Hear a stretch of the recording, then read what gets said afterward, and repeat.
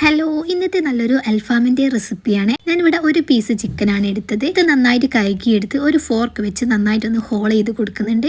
ഒരു ബൗളിലേക്ക് 1 കപ്പ് വെള്ളം, പാകത്തിന് ഉപ്പ്, കുറച്ച് വിനീഗർ ഒഴിച്ചെടുത്ത് കഴുകി വൃത്തിയാക്കിയെടുത്ത ചിക്കൻ ഒരു 10 മിനിറ്റ് ഇതിലൊന്ന് സോക്ക് ചെയ്തെടുക്കുന്നുണ്ട്. ഇങ്ങനെ ചെയ്തെടുത്ത ചിക്കൻ നല്ല സോഫ്റ്റ് ആയി കിട്ടും കേട്ടോ.